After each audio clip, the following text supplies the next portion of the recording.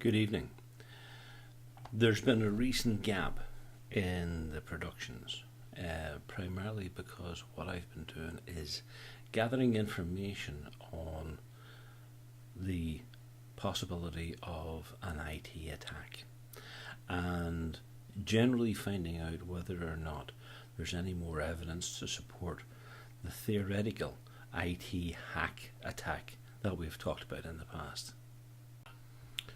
What I'd like to do is to discuss the plan of attack that I think would happen if there was a serious hack attack intended on the country, or indeed all countries. And from there, go further into the details of how it would work, who would do it, and basically how you could actually prepare for such an attack.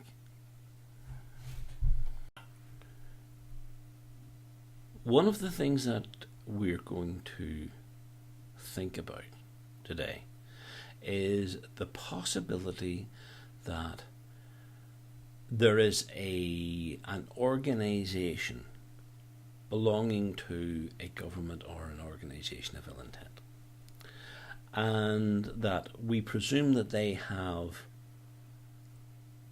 unlimited finances and quite a lot of as I said, ill intent. So, Hillary Clinton talked about farms, IT farms and hacking farms off in the wilds of nowhere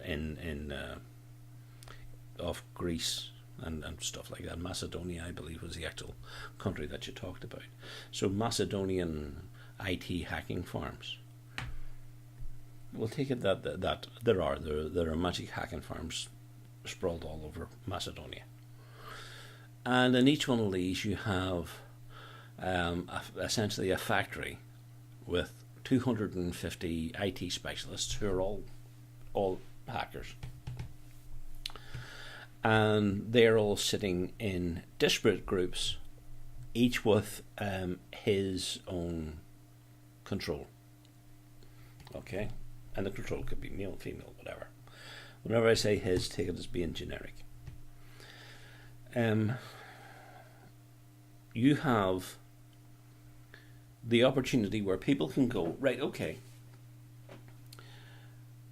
you have a guy sitting at one table or one group of tables, and he has a resource of maybe 100 people, 150 people in his group, and a couple of sort of junior managers to sort of control the access. So you're sitting with these 150 guys, and you say, right, okay, Macedonia, Greek Macedonian, Alexander. Okay, Alexander, you have 150 fellas there. We want you to organise an attack on America. We want a complete wrecking of America. So, Alexander says to his second in command, Philip, what we want is a whole pile of people, and some going, as we said in our schedule, some going for the banks and for the credit cards and for all of this sort of thing, and some going for trains. Not really as important in America as it is in Europe, but say planes more than anything else. So air traffic control across Europe or across the States. That's going to be one of the ones. So you've got banks, you've got telecommunications, you've got telephones, you've got air traffic control. And he takes his resource and he sort of spreads it all about, and he says, right, okay, I want Visa to be totally under our control. MasterCharge, all the rest of those things like the Diners Club, all of that sort of thing, Maestro, whatever they've got, American Express. We want control of every single card and every single finance. And then what they do is, and funnily enough, this happened in Europe this week. We want you to go in, we want you to get control of Visa, for instance, and stop Visa working for 5 hours. We want you to be able to turn it on and turn it off at will, and we want it so that it can't be traced. So these guys go in and they hack, and they find a way to control, and they do maybe a couple of wee feeler samples, and they'll go in and they'll go, as has happened across the world in the last couple of months, they'll go in and they'll go, as I said, for Europe, turn it off for 5 hours. So it goes off for 5 hours. You get it so that you say, okay, the Visa debit card, whenever somebody goes in and tries to get money out of the ATMs don't work. And again, in Europe, the ATMs have been going off and on a regular basis. And whenever you talk to the banks about it, I haven't got a clue what goes on. Yes, we think we're in control, not a problem. But the bottom line is they aren't. So the thing is, what you're talking about is they're saying, yes, we're in control. They haven't got a clue what's going on.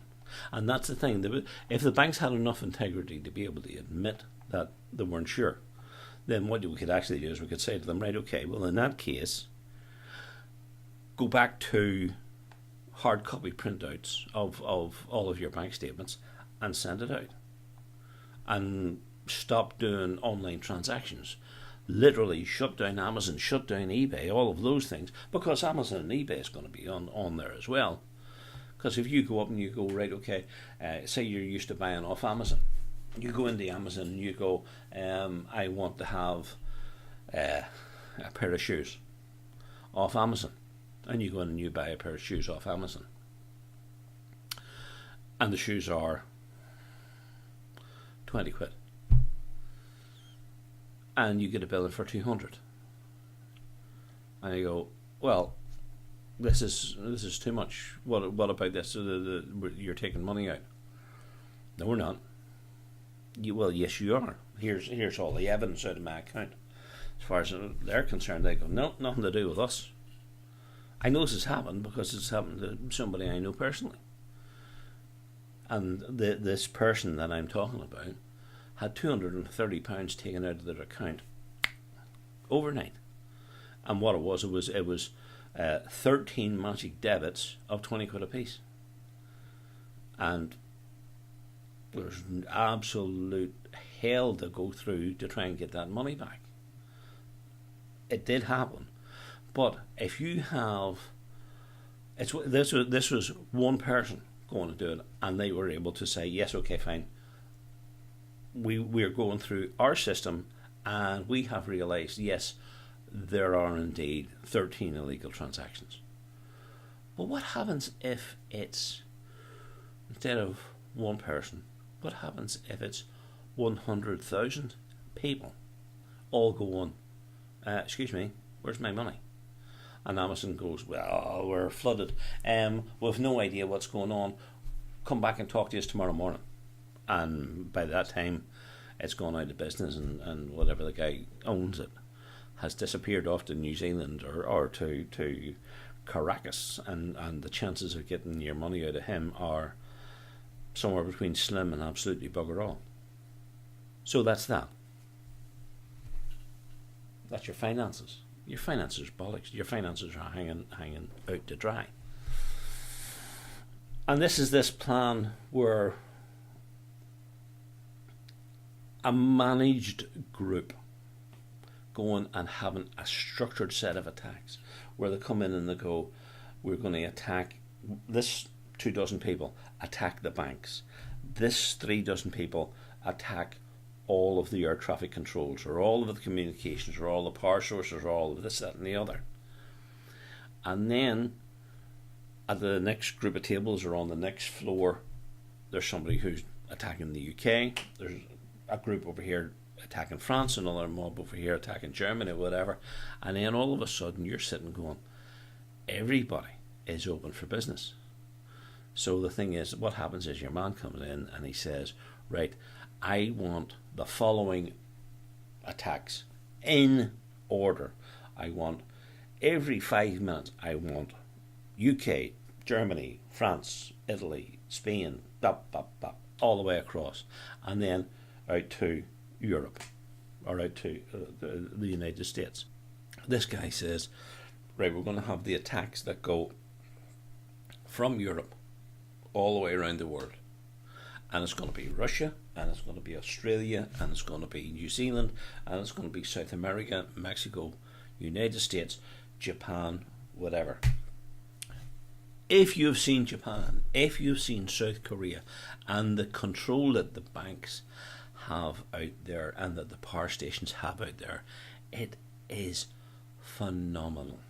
It is absolutely scary. They have 100% control of everybody's life. It's just that simple. Right, we're now going to start on the actual power themselves, the actual sections themselves. We'll start off with finance. First, a summary of finances and the financial attacks. The attacks would come on to the banks as such and the financial organisations. The banks themselves would be attacked to see whether or not the private information of the customer could be taken and essentially your account swiped, so you have absolutely no evidentiary support to say how much you have in the bank at any given time. Also, say for instance attacks on the Visa cards and stuff like that, so that the Visa wouldn't work. Attacks on the ATMs, so that you go in, you put in your credit card number, you put in your debit card, and you say, give me £30-40, and it doesn't. But the number or the money is apparently coming out of your account in the database. Or conversely, money is coming out and it's registering as a zero-sum transaction. So complete confusion in terms of say ATMs. Losing the ability to use cards for transactions. Literally just saying, for instance, like the Visa isn't being accepted, or the Visa system has broken down. That's all of those are the financial problems that will seize the system, make it just stagnate. It'll seize like a badly lubricated engine. That's the financials. Let's think then about comms. For communications, you have news organisations, AP, Sky News, BBC, Press International, any of those.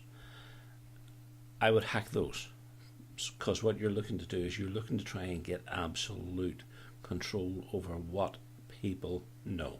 If they don't know what's going on, you're the source of information. You tell them how good or how bad it is. And what you need to do is to go and hack and get out, and hack and get out, so that you can turn the news on and off at your will. There's the phones themselves. Say mobile phones. The mobile phone system has got to be hacked and made part of your network. You've got to control. People have got to panic and sort of say, I have no way of getting information to my family, to my nearest and dearest, as to what on earth is going on here. So people at home don't know what's happened to their families, and the people who are out on the street have no idea what the family at home is going through, what is happening with them. So you have complete disorder, and with disorder comes social cohesive breakdown. Also you have the radio, the TV, the satellites. all of that sort of news, that breaks down as well. People they try to contact the main arteries of communication, the internet, try and get on and say what's going on. But the internet's broke. It's literally not working. They try to go on to Facebook, to Yahoo, to whatever on earth their own personal means of communication with their larger circle of friends is, and that's down. So because that's been hacked. Say the Sky TV or the Sky Satellite, that's gone as well. So communications broken down, absolutely not a chance at being able to work with those. So that's the second one. The third one is transport itself. Let's have a think about how transport could be affected. The services are possibly the area which affects the most people. We've discussed the traffic stopping all of the commuters going in and out. We've talked about the trains. What that is that's people going in and out of the country, and there's going to be some sort of way of organising that. But if you literally stop the power and the heat and the light to the country, in the middle of the night everything is black, and in the black it becomes the jungle. While you have light, while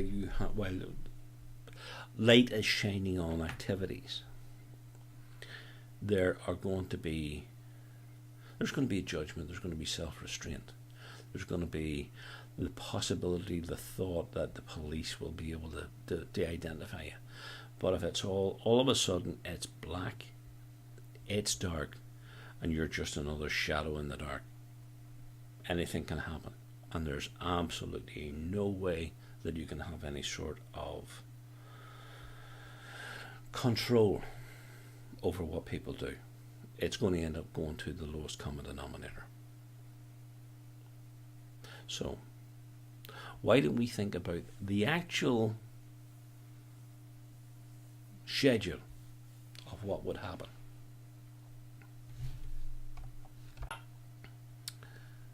So the schedule. The schedule is actually quite simple. What, in my opinion, what I would do is I would start off with having communication problems on and off with the news, so that, for instance, as has happened here in Western Europe in the last couple of weeks, things like Associated Press, AP have a breakdown. They're hacked, and they go dead, essentially dead in the water. And then Sky News went dead in the water for about 5 hours. So you got a complete breakdown in control of the communication systems and the news items, which means that you've got control of the news. If you want to go, this is what I want to do. I want to make absolutely sure that nobody knows anything apart from me. So you have that sort of control, right? So people are going to go, and first thing in the morning, they're all going about their business, going into work. And what you have to do is you cut the power off and work. And they're sitting there going, well, what am I going to do? I really don't know. I have 8 hours to sit here, and the bottom line is that the boss says, look, take yourselves away off home. So after sitting for 4 or 5 hours, and they're going off to see what's going on, and they're going to get ready to go home.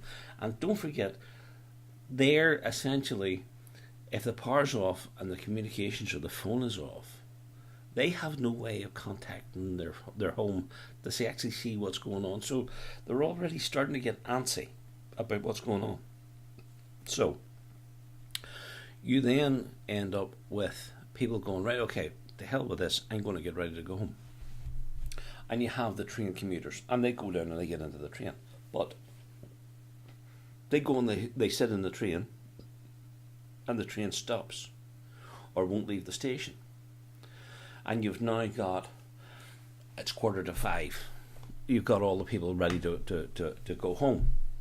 And they're hungry, and they're busting for a piddle, and they've need to go to the loo, and they've had a rough day, and it's frustrated, and they're bad tempered, and they're all sitting in the train station, and you have absolutely no chance of getting home because the power's off, and they're sitting in the dark, and there's no way of going on, right?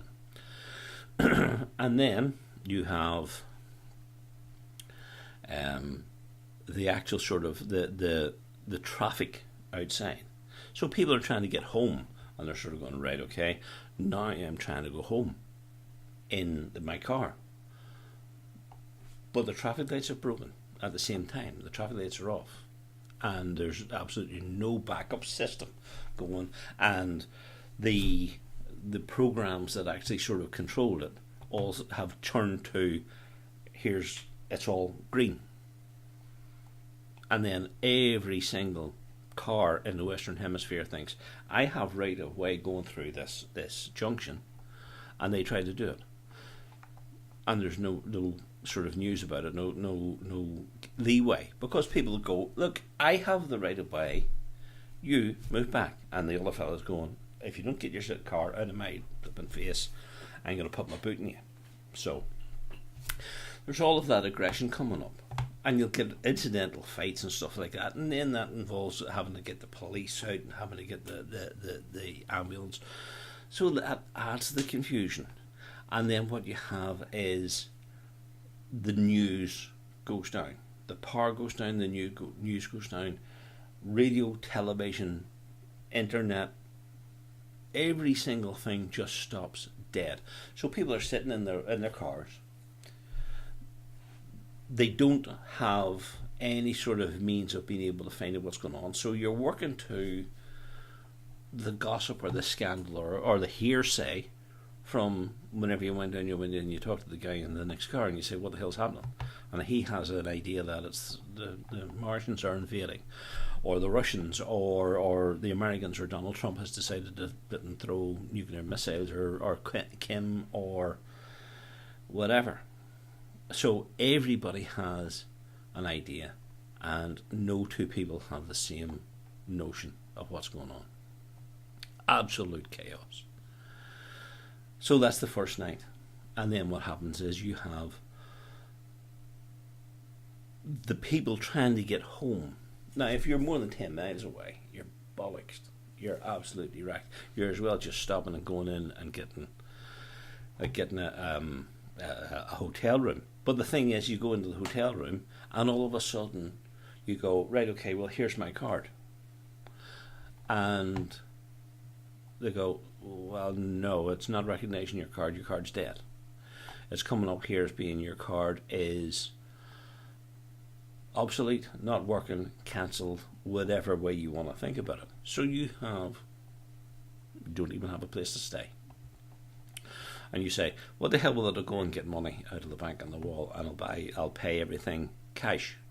So you go in and you go, bank on the wall, you put your card into the bank on the wall, and you go, give me £300, and it says, no thanks, we don't recognise your card, and by the way, we're holding your card. So you don't have a card, you don't have your money, and you've got the bank on the wall, and the guy behind you is saying, hurry up, I'm going to do. Hungry, sleepy, tired, can't get home, can't communicate with anybody. There's going to be a fight. There's going to be many fights. I would say basically every other ATM is going to have a scrap at it. And this is the way that the society will go literally within 12 hours. So you're starting off 9 o'clock in the morning is when this thing starts. I would say, honestly, by say 10 o'clock at night, the larger inner cities would be in chaos. And don't forget, we've only talked about trains. If you're sitting with the likes of London and you've got Heathrow with a plane coming in every, I believe it's 90 seconds. So you've got a train coming in every 90 seconds in Heathrow. Another one coming in, say, 150 seconds in Gatwick, and something similar in Luton, and something similar in Stansted. So all of those trains, or all of those planes that are coming in to Stansted, or the larger cities, larger airports in London, they all need somewhere to land. Now, because you've got 300 people in a plane, in a tube at 20,000 feet, and they need to get down because there's not all that much fuel left. So all of those people have got to get down. So then you end up with chaos in the airports as well. And the airports have gone on the fritz. And here's one for you. I personally was involved in a hack for Heathrow last year in May, I believe it was. And that caused chaos for 5 days for a 1 hour hack. And that was Heathrow. What happens if it's all of them? And not just a hack, but a complete collapse of the air traffic control system and all the booking systems and even communications between the planes. So the planes are coming in blind, they're coming in deaf, they don't know who's doing what, they don't know what priority they've got coming in. And don't forget, we were talking that it's about sort of 6 o'clock in the day and possibly starting to get dark. And it jams. And you've got, say, a dozen planes in a stack coming down to a runway. And they're coming in blind because what happens is that the systems are hacked and the plane doesn't know what height it is, and it doesn't know what speed it's going, and it doesn't know whatever because it has blind communications. And it can't get in touch with the ground crew because the ground crew is dead. The ground crew has absolutely no communication with anybody. So, as I say, you've got hundreds of planes all over the country, all coming in blind. That's a recipe for death and destruction. And that's only on the first day. So that's what I think would happen. The thing about that is that, as I said, that's the first day. What happens then is that the only communication is limited to whatever the hackers allow. So the hackers will come in and they'll go, right, okay, we're going to put stuff on the television, so everybody's sitting looking for the news, and then all of a sudden a cluster of, say, texts from the government come out and go, by the way, here's a text that says there's been nuclear war declared, and in England, for instance, they say, right, okay, Scotland has been attacked, it's devastated, and there's 100,000 people dead or 1 million people dead or whatever, and America is exactly the same because you're working on somebody else's information. So you're sitting and you've got a text in, and the text comes in ostensibly from, say, CNN, and it comes in and it says CNN says that Kim Jong-un has attacked America, and New York is a wasteland, and the West Coast is a wasteland, and he's threatening that he's going to attack London, and he actually has 4 submarines on the way, all with nuclear weapons, and they're coming in to attack London. So you're sitting going, what the hell's going on here? Because you have BBC and CNN and so all coming out and saying to you, there's going to be this nuclear attack. And then there's mass panic in the streets because you're going to die. Because you're in control. The hacker is in control of the information. The hacker controls it all. So that's it. Right. That's, from my point of view, that's what I think is happening. Because if you think about what has happened in the last 3 months, this is currently the start of June. So, May, April, March. In May, April, and March, there have been attacks on AP, attacks on CNN, and attacks on Sky News. Right? Each one of them was literally just in and out. There have been several attacks on airports. The most recent was about a fortnight ago, and it was ostensibly a failure in the backup electricity system. Some sort of generator maybe had overheated and stopped working. So that was that. In terms of power and stuff like that, all they need is a couple of hacks into the power stations. Very, very, very easily done. There's also been hacks recently into the likes of O2 and stuff like that, and there are regular cases where things like Facebook and YouTube and stuff like that, they stop working for one reason or another, and it comes back again, and nobody says yes or no. So all of those things are all sitting waiting. And don't forget about the Visa cards and stuff. Literally this week, I believe it was yesterday or the day before, Visa cards stopped working in Europe. They just decided, nah, we're not gonna accept anything. Now, I was lucky enough; I was able to get some stuff done, but for about 6 hours, Visa cards didn't work, and there's no particular reason why. It's just one of those things. Now, if they can get through that with Visa and a MasterCard and whatever the hell else. And I can tell you here in Northern Ireland, we have had the Northern banks were hacked, the TSB was hacked, I believe the Ulster Bank was hacked, Allied Irish, I think, was hacked.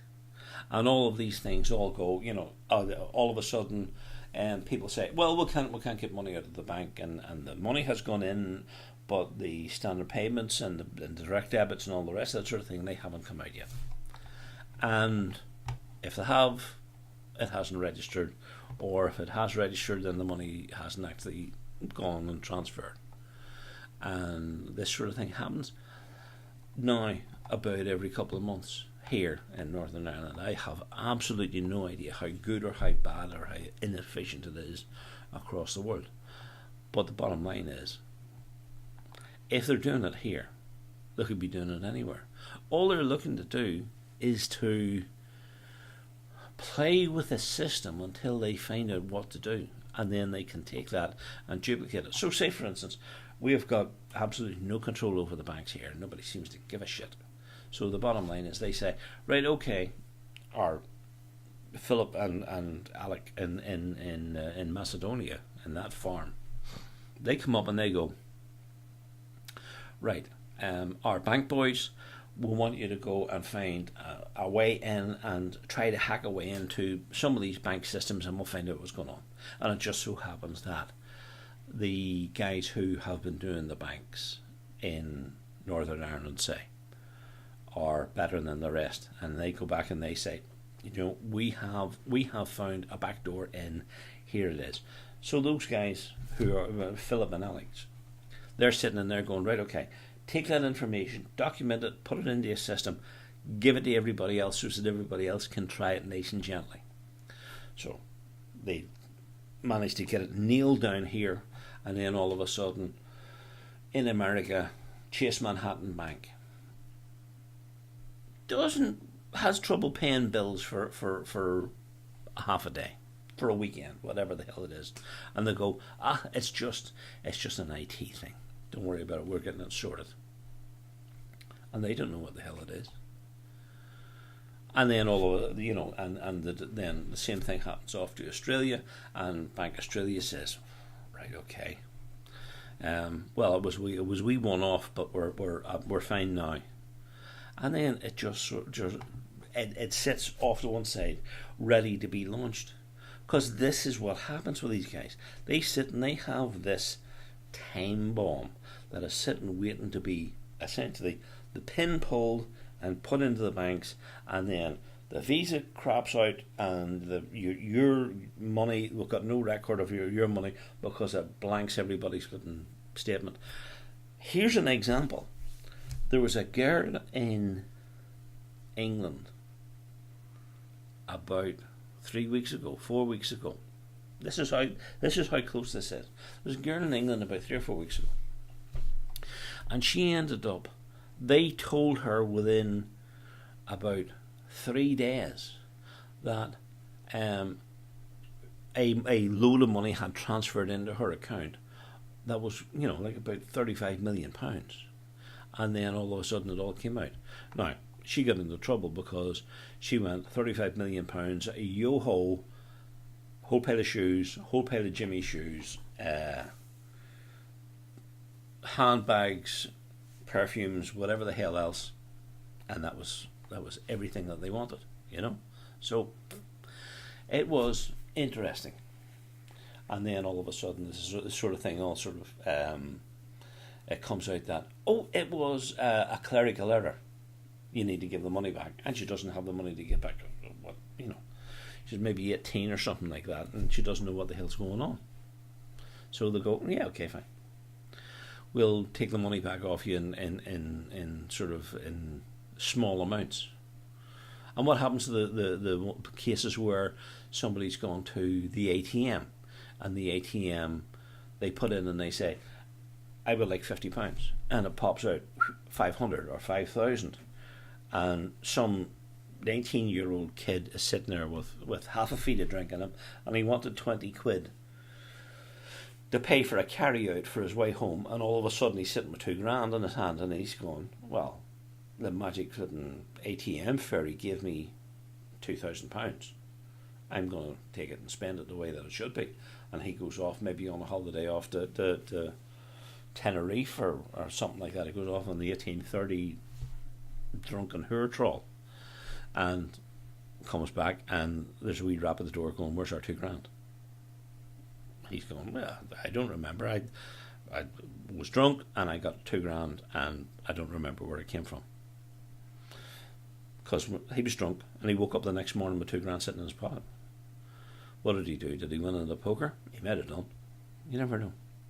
So this is the thing. Most people won't sort of waking up after a feed of drink and go, I must go to the bank and find out whether or not the ATM gave me too much money last night.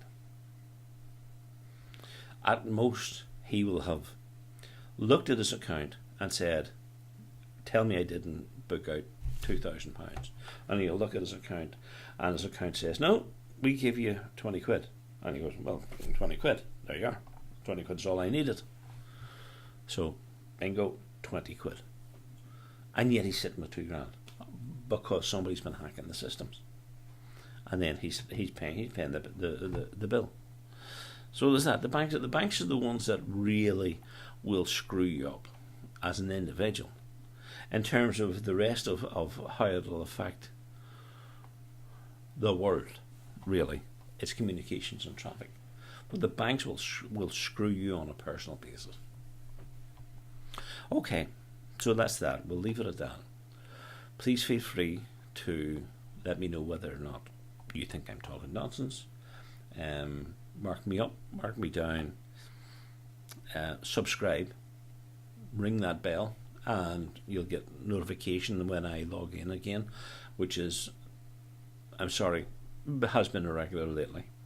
But please let me know what you think. Come back, put forward your ideas, argue with me, tell me a liar, call me a fool, but bring a discussion. because you'll always get a good discussion here. Thank you and good night.